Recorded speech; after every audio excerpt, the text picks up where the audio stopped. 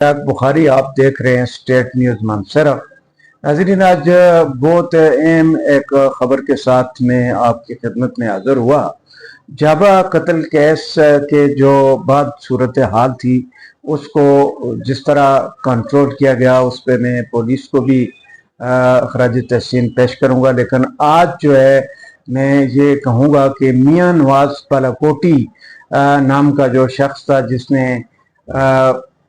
9 अप्रैल को अपनी आईडी पर एक पोस्ट लोड की जो कि तौहीन अहले बैत की ज़मरा में आती थी, जिस पर सादात इकराम ने फौरी तौर पे एक्शन लिया और इस शख्स की जो सोच थी वो सामने आ गई। ये बेनकाब हो गया और जाबा कत्ल केस के तनाजुर में चूंकि वो एक दो खानदानों के दरमियान एक चपकलिश थी, एक रंजिश थी, जिसमें एक खातून जो है वो अपने खानदान से फरार होकर उसने शादी कर ली। और मेरे ख्याल में इस नौइयत के किसी भी केस को कोई भी कौम, कोई भी बाइज्जत खानदान जो है वो अप्रिशिएट नहीं करता है, क्योंकि ऐसा होना भी नहीं चाहिए। सब लोग बच्चियों वाले हैं, सब बहनों वाले हैं, और मेरे ख्याल में कोई भी खानदान ये नहीं चाहता है कि उसकी जो बेटियां होती हैं वो इस किस्म के खुदसरी का मुजाहरा करें और इलाकाई, कौमी और मजहबी और मसलकी अक़दार जो हैं उनको रूंधते हुए वो सिर्फ एक शादी की खातिर जो है वो सब कुछ जो है अपने ख़ानदान की नाक काटते हैं। बहरहाल उस खातून की इस फैल को कोई भी अप्रिशिएट नहीं करता है, लेकिन जो मर्डर हुआ उसको भी कोई उसकी हौसला अफजाई नहीं करता है, बल्कि काबिल मज़म्मत है। और छोटी जो बच्ची 16 माह की इसमें उसको भी कत्ल कर दिया गया, वो भी एक काबिल मज़म्मत वाक़या था। वाक़या हो गया, ये दो खानदानों के दरमियान वाक़या था, और उसके बाद क्योंकि इस केस को पुलिस ने हैंडल करना था और पुलिस ने बड़े अच्छे तरीके से जो DPO मानसरा शफीउल्लाह गंडापुर साहब जो हैं उन्होंने खुसूसी हदायत की, जिसमें पुलिस ने जल्द जो है मुल्ज़मान को गिरफ्तार भी कर लिया। और आया वही मुल्ज़मान है, कोई और हैं, ये जो तहक़ीक़ात होंगी और फैसला अदालत में करना है।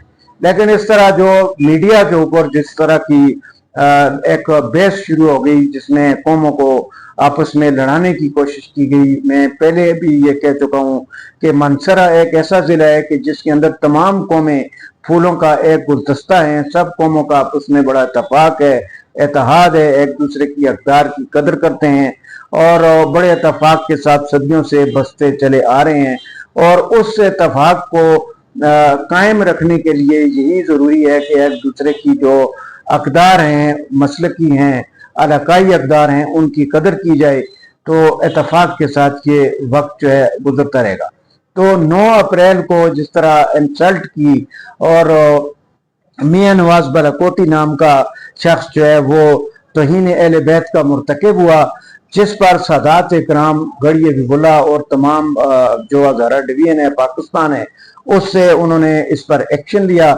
और सैयद अदील शाह साहब, मनीर शाह साहब, शबीर शाह साहब और सैयद साजिद हुसैन शाह साहब अफ्कार खैराबाद और इन तमाम सादात कराम ने, अकाबरीन ने, सब के नाम लेना जो है वो बड़ा दुश्वार है, क्योंकि सब ने बड़ा अच्छा किरदार अदा किया है। अपने अपने उन्होंने जिस हद तक उनसे हो सकता था उन्होंने इसमें तौहीन सादात, तौहीन अहले बैत, तौहीन सहाबा कराम को बर्दाश्त नहीं किया।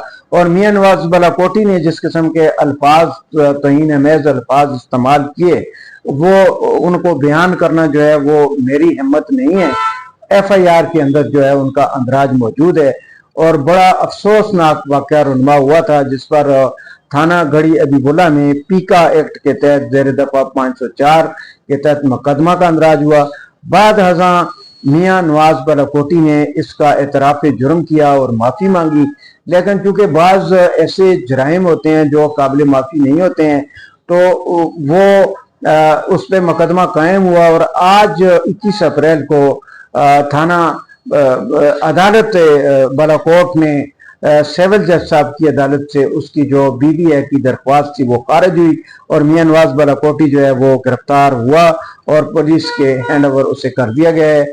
और ये बड़ी उसने जो कभी हरकत की थी उसका वो अंजाम तक जरूर पहुंचेगा और इसके लिए बाकायदा कानूनी कार्रवाई की जाएगी और तमाम जो वसाइल हैं उनको इस्तेमाल किया जाएगा। सादात इकराम ने बहुत अच्छा एक स्टेप लिया और उस स्टेप के तहत जो है आज तमाम वो सादात इकराम खराज तहसीन के मुस्तहिक हैं जिन्होंने इस केस को लड़ा है और वो इस केस को आगे तक लेकर जाएंगे। इसके साथ मैं आपसे इजाज़त चाहता हूँ। अल्लाह हाफ़िज़।